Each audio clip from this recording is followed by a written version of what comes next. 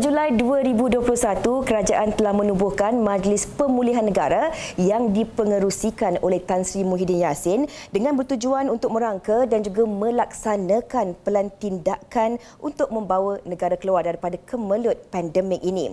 Ini melalui pelaksanaan Pelan Pemulihan Negara PPN, iaitu satu sistem berfasa yang berdasarkan nilai-nilai ambang utama seperti kadar vaksinasi dan juga kapasiti sistem kesihatan awam. Ini dapat diperlihatkan Malaysia telah pun berjaya keluar dari kemelut pandemik secara sistematik, selamat dan juga teratur. Peralihan dari fasa pandemik kepada pra-endemik juga telah membolehkan semua sektor ekonomi dibuka dan pembukaan semula sempadan antarabangsa yang telah pun bermula pada 1 April 2022.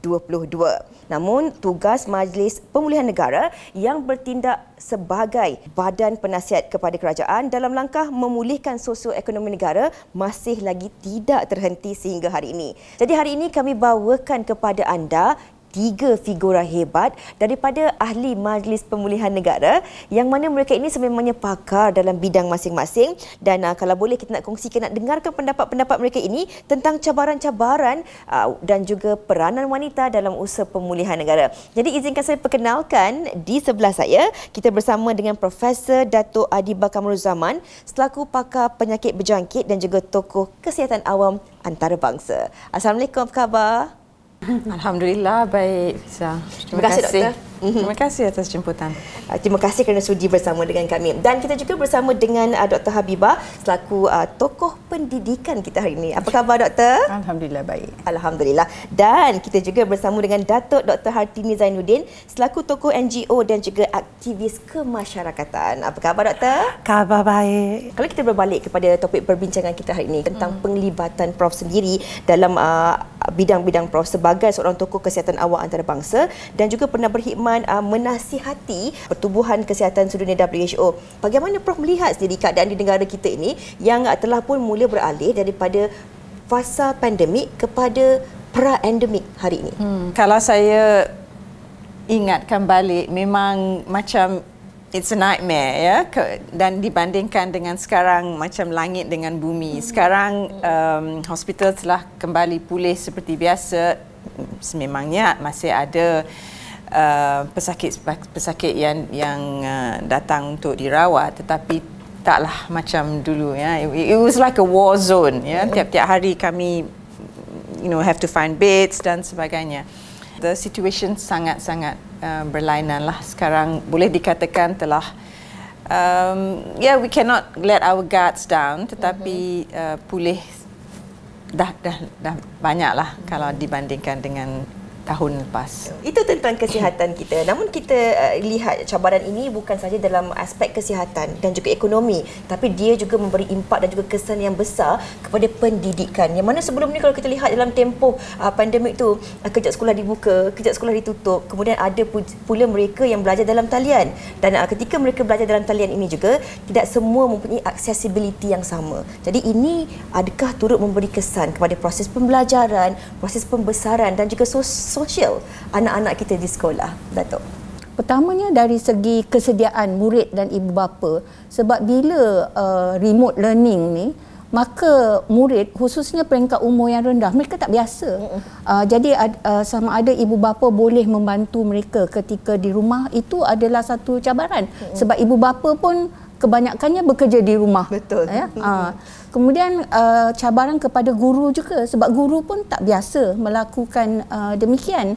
Dan bila kita lihat, tentunya yang paling fleksibel adalah online. Tetapi kita lihat dari segi kepunyaan gadget, lebih 30% tiada apa-apa gadget untuk digunakan untuk pengajaran dan pembelajaran secara online. Begitu juga dari segi rangkaian, dari segi data, ya, bila nak melakukannya. Dan kajian yang dilakukan oleh Kementerian pada tahun 2020 pada awal dulu menunjukkan 53% daripada guru kita mempunyai tahap yang rendah dari segi penggunaan teknologi untuk inovasi pengajaran di rumah ini. Dan bila kita lihat majoriti guru hanya dapat melaksanakan 20 hingga 60% sahaja silibus pengajaran dalam tempoh tersebut. Tentunya bila ada keadaan sedemikian, khususnya murid yang memerlukan tumpuan yang khusus seperti murid berkeperluan khas, murid yang berisiko cicir ataupun memerlukan pemulihan, kumpulan-kumpulan tertentu seperti etnik minoriti yang perlu lebih tumpuan, mereka akan lebih terjejas lagi dan ini boleh menyebabkan kita panggil keciciran pembelajaran ataupun learning loss lah. Baiklah, di pusingan terakhir ni ada dua soalan untuk Dr. Hartini sendiri. Kalau kita lihat, apakah sebenarnya peranan yang mampu dimainkan oleh pemimpin wanita dalam memastikan sistem kebajikan di negara kita ini sebenarnya benar-benar dapat membantu golongan sasar ataupun golongan yang memerlukan? I think sebagai wanita sepatutnya dan seharus menjaga wanita-wanita yang lain dan mengesyorkan bahawa kebajikan dan apa-apa yang perlu untuk menjaga keluarga dan komuniti itu dibagi pada wanita. I'm sorry, but we have to invest in the women. Semuanya kena berganding bahu menjaga, and that it's an investment, ya. It's not kebajikan lagi sekali. It is an investment that you have to do it with women and girls. They are the best investments you can do. I think pemimpin wanita, if you want to be smart, please invest in the other women and girls and berganding bahu. Berganding bahu. Berganding itu bahu. Kata kuncinya. Itu daripada Dato' Dr. Hartini sendiri. Mungkin Dato' Habibah sendiri boleh kongsikan juga peranan Dato' sendiri dalam Majlis Pemulihan Negara dan juga bagaimana Dato' melihat, kerana kita ingin tahu adakah sistem pendidikan sekarang mampu memastikan golongan wanita ini terus diperkasa. Bagi saya amat baiklah bukan saja Majlis Pemulihan Negara itu melibatkan pelbagai pihak, inklusif saya sebut tadi, tapi juga melibatkan wanita juga sebagai ahli dalam majlis tersebut. Tapi dari segi aspek pendidikan, pendidikan itu berpegang kepada prinsip kesamarataan. Oleh itu tidak membezakanlah antara lelaki dan juga perempuan. Begitu juga kalau kita tengok penyertaan kita bagi tingkatan 2 dalam Trends in International Mathematics and Science. Pencapaian murid perempuan sama baik dengan murid lelaki dalam sains dan juga matematik. Apa yang disediakan oleh sistem pendidikan itu dia tidak membezakan antara lelaki dan perempuan. Walau bagaimanapun kecenderungan ke arah bidang-bidang tertentu, teknologi, ICT, STEM lah. Murid perempuan dia kurang memilih kepada the T&E, teknologi dan juga engineering. Dan ini kita lihat dari bukan saja di sekolah tetapi bila kita pergi kepada pendidikan tinggi dan juga pasaran kerja. Jadi kalaulah kita hendak supaya wanita diperkasa dan pelibatan yang lebih menyeluruh, mungkin perlu ada kolaborasi dengan semua pihak, khususnya pihak industri. Mungkin bagaimana kita boleh menggalakkan penyertaan wanita dalam bidang-bidang tertentu. Mungkin Prof Adibah nak kongsikan sedikit bagaimana dari segi sumbangan dan juga peranan Prof sendiri dalam Majlis Pemulihan Negara. Majlis Pemulihan Negara seperti yang dikatakan pada awal tadi terdiri daripada menteri-menteri dari pelbagai kementerian dan juga agensi. Sudah tentunya Kementerian Kesihatan diwakili dan saya sebagai pakar sentiasa memberi pandangan dari luar Kementerian Kesihatan, dari dari aspek pendidikan kesihatan dan juga civil society, sebab saya bersama Dr. Tini juga terlibat dalam civil society. So bukan saja di kesihatan tapi juga dari segi sosial dan juga ekonomi, dan adakah wajarnya kalau kita lihat wabak setakat-setakat itu membuka sempadan dan sebagainya. I'm fortunate to be in different committees at the international level, jadi juga boleh memberi pandangan dari apa yang dibincangkan di pihak antarabangsa. Terima kasih kita ucapkan kepada tiga wanita hebat tetamu kita hari ini, kepada Prof Adibah, Dato' Habibah dan juga Dato' Dr. Hartini di atas perkongsian yang saya kira cukup hebat. Kita mungkin nak minta 3 jam. Tapi dia begitu ni je, pendek ni je, kerana anda dah kongsikan tentang cabaran-cabaran dan juga peranan wanita itu sendiri yang tidak kurang hebatnya dalam sama-sama memastikan proses pemulihan negara. Dan yang pastinya dengan kerjasama, dengan peluang, dengan kolaborasi dan juga sistem pendidikan yang betul yang diberikan kepada wanita, kita juga mampu melahirkan pemimpin wanita generasi akan datang yang lebih bijak, yang sememangnya mampu untuk memberi pendekatan yang hebat dan juga disegani ramai. Baik, terima kasih sekali lagi kita ucapkan. Dan hari ini sebenarnya kita cukup bertuah kerana berpeluang untuk menemu bual pengerusi Majlis Pemulihan Negara, iaitu Yang Berhormat Tan Sri Muhyiddin Yassin. Dan suka juga untuk dikongsikan bersama dengan anda penonton, iaitu Majlis Pemulihan Negara sebenarnya bertanggungjawab memacu usaha-usaha penting dalam mengawal penularan wabak COVID-19 seperti program imunisasi COVID-19 kebangsaan ataupun PIK dan beberapa inisiatif perintis seperti program subsidi upah, moratorium pinjaman bank dan juga pengeluaran khas KWSP. Jadi, tanpa kita melengahkan masa, sama-sama kita nak dengarkan pandangan daripada Tan Sri Muhyiddin Yassin sendiri mengenai cabaran-cabaran pemulihan negara serta peranan semua pihak terutamanya golongan wanita dalam membantu proses pemulihan ini. Jom kita saksikan. Assalamualaikum, apa khabar Tan Sri? Salam, terima kasih. Alhamdulillah. Terima kasih Tan Sri kerana sudi bersama dengan Nona pada hari ini untuk memberi pandangan tentang topik wanita teras pemulihan negara. Baiklah Tan Sri sendiri sebagai seorang peneraju Majlis Pemulihan Negara. Jadi pada pandangan Tan Sri lah kan, usaha pemulihan negara ini sebenarnya adakah ia merupakan tanggungjawab kerajaan sahaja ataupun sebenarnya ia melibatkan ataupun memerlukan kerjasama daripada semua pihak sebenarnya? Terima kasihlah kerana menyebut saya untuk dalam program Nona ni. Ya, yang tu satu perkara yang memang saya fikir masih relevan lagi bila mana kita nak membicarakan soal pemulihan negara. Jawapan mudahnya, dia tidak boleh hanya diuruskan oleh pihak kerajaan, oleh kementerian, oleh agensi. Tetapi inilah yang disebutkan sebagai tanggungjawab keseluruhan rakyat Malaysia, the whole of nation approach yang kita gunakan, mana kita memerlukan satu dokongan daripada semua pegawai-pegawai tertinggi, agensi kerajaan, kementerian-kementerian, Kementerian Kesihatan awalnya dulu dan Kementerian Ekonomi. Kemudiannya bukan hanya boleh agensi dan kementerian itu saja, kita hendakkan supaya badan-badan bukan kerajaan, pakar-pakar yang terlibat, malahan masyarakat umum. Dan itu melibatkan, kalau nak dikirakan, semua rakyat jelata. Sama ada dia di bandar, di luar bandar, ikut jantina, lelaki ataupun wanita, semuanya terlibat. Tan Sri, kalau kita lihat dari tertubuhnya Majlis Pemulihan Negara ini, kalau boleh Tan Sri kongsikan antara kejayaan-kejayaan yang telah pun dicapai. Dalam tahun 2020, waktu mana kita berhadapan dengan ancaman besar pandemik COVID yang memerlukan kita memberikan sepenuh tumpuan tenaga, usaha, sumber dan sebagainya untuk menangani masalah yang yang saya sebutkan unprecedented, tak pernah berlaku dalam sejarah. Saya mengambil langkah untuk membentuk Majlis Pemulihan Negara, bukan baru ini, masa itu. Pasal apa? Saya sendiri nak mengambil ini sebagai satu tanggungjawab utama saya.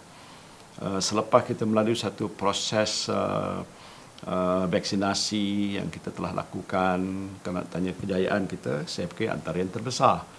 Dalam mana-mana situasi keadaan, saya berjumpa dengan rakyat, tanya siapa yang belum dapat vaccination. Jawapan, semua dah dapat. Itu satu daripada perkara yang telah pun kita lakukan. Tapi sebelum itu, macam mana nak menguruskan masalah COVID ini? Nak menggembeling seluruh sumber yang ada. Tenaga manusia, pakar, doktor, ketua pengarah, menteri, nurse ataupun peralatan dan sebagainya. Itu satu langkah yang agak luar biasa, yang besar. Kerana kita tidak mempunyai infrastruktur kesihatan, malahan seluruh dunia, untuk menangani satu isu wabak sebesar ini. Tapi Alhamdulillah, dalam keadaan kepicikan dan masalah sebegitu, kita telah menyelesaikan masalah yang terbesar itu.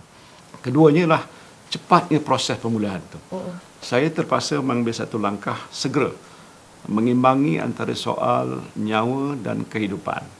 It's about life and livelihood. Ini dua perkara yang paling kritikal waktu itu.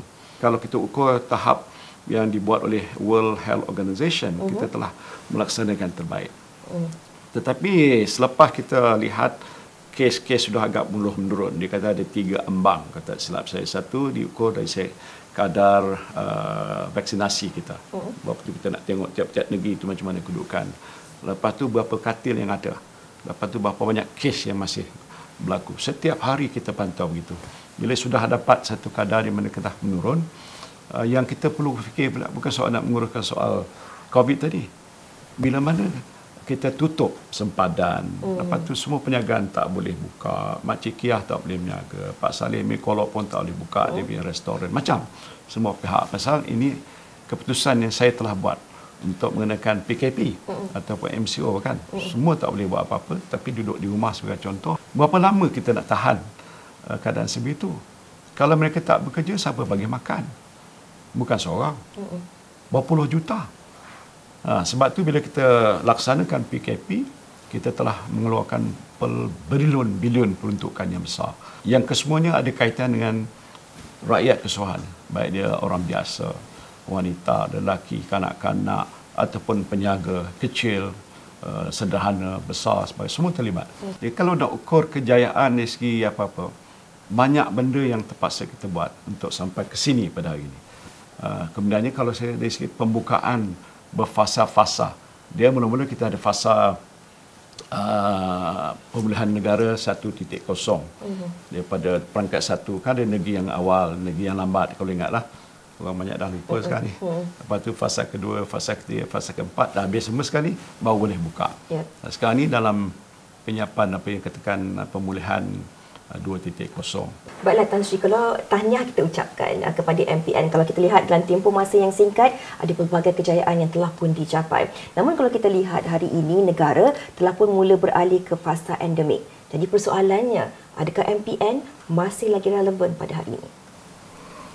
Bagi saya lah, masih relevan. Ringkasnya ialah kenapa dikatakan tadi kita dah beralih ke fasa endemik. Tapi belum sampai ke endemik. Ya. Tetapi yang penting bukan soal nak beralih ke endemik. Bagaimana situasi negara sekarang ini? Ambil contoh dari soal ekonomi. Mudah saja. Dah pulih ke belum? Kesan besar daripada masalah pandemik kita tadi, nak memulihkan ekonomi itu satu hal. Dan ini melibatkan pelbagai-bagai perkara.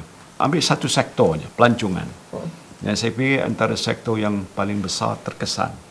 Tetapi bila kata pelancong tak boleh datang ke negara kita, jumlah yang sekarang ini masuk mungkin tak sampai 4 million daripada sejumlah lebih kurang 28 million sebelum itu. Kan banyak beza tu. Macam mana nak balik ke 28 million? Contoh je, satu sektor. Sektor penerbangan, sektor perhotelan, ambil daripada sub-sub sektor tu. Sektor small and medium enterprise, yang mana wanita pun banyak terlibat dalam sektor-sektor itu, peniaga dan sebagainya. Ia yang terkesan besar.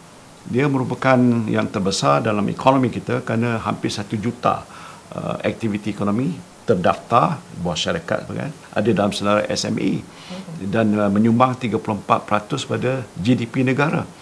Yang ni dah pulih? Belum pulih lagi. Ambil lagi sektor-sektor kecil, katakan perkilangan ataupun orang-orang yang berniaga. Sebahagian besar sudah buka. Tapi kalau tanya balik macam mana makcik perniagaan? Okey, dah balik macam belum lagi.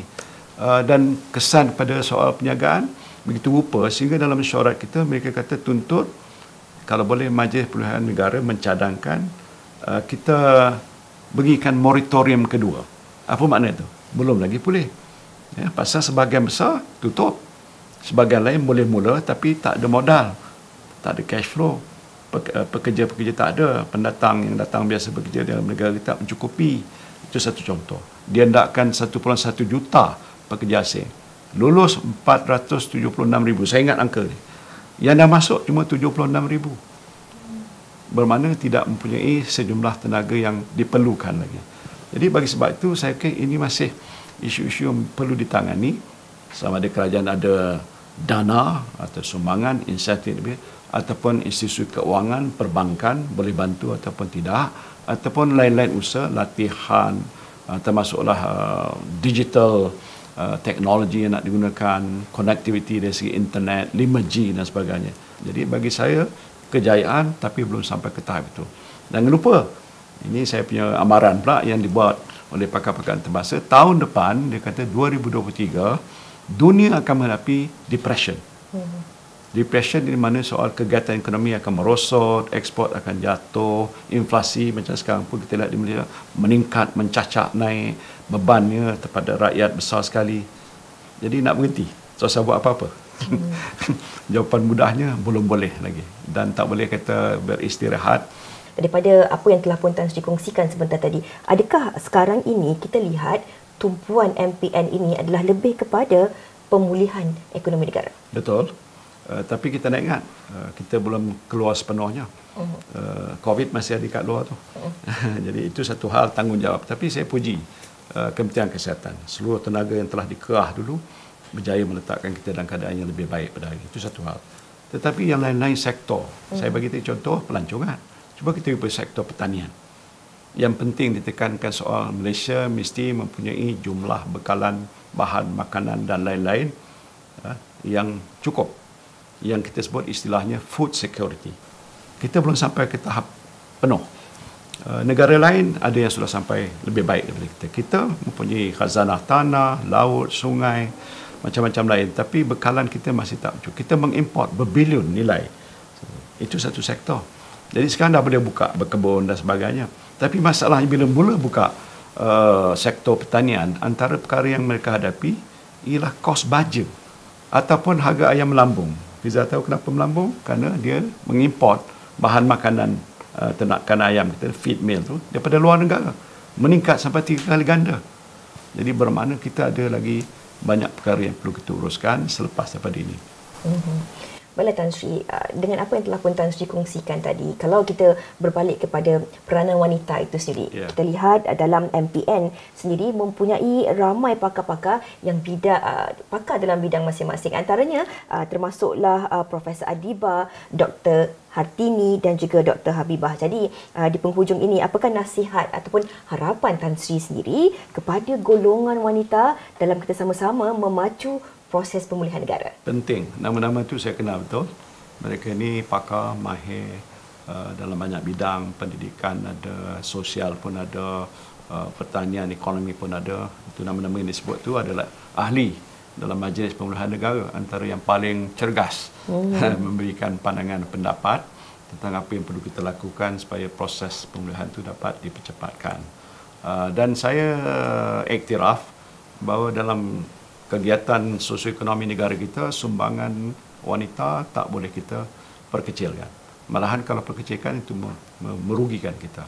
Jadi sebab itu untuk tujuan itu saya fikir kita mahukan supaya penggiat-penggiat yang terlibat di kalangan wanita ataupun anak-anak muda wanita dan sebagainya itu penting. Lebih-lebih dalam keadaan situasi di mana kita nak melihat proses pemulihan itu mesti berlaku dengan lebih pantas. Termasuklah katalah isteri ataupun suri rumah. Kerana kalau kita lihat waktu zaman menghadapi masalah itu, mereka menjaga anak. Tapi bila terpaksa tinggal di rumah, lepas tu nak pergi ke sekolah, berapa kali sekolah tutup, dan itu menjadi masalah beban besar pada mereka. Malahan yang membuka kelas-kelas tadika, kalau kita lihat sebuah kerja besar, kindergarten, ini pengusahanya dah banyak wanita. Bila menghadapi masalah COVID, sebahagian besar tutup. Sampai hari ini tak buka-buka lagi. Jadi bagi saya dalam situasi sebegini, peranan wanita utama. Bukan setakat sampingan. Mesti memainkan peranan kehadapan. Tadi dicetuk nama-nama itu, tapi bagi saya di luar sana, ya, masih ramai pakar-pakar di kalangan wanita yang saya fikir boleh membantu.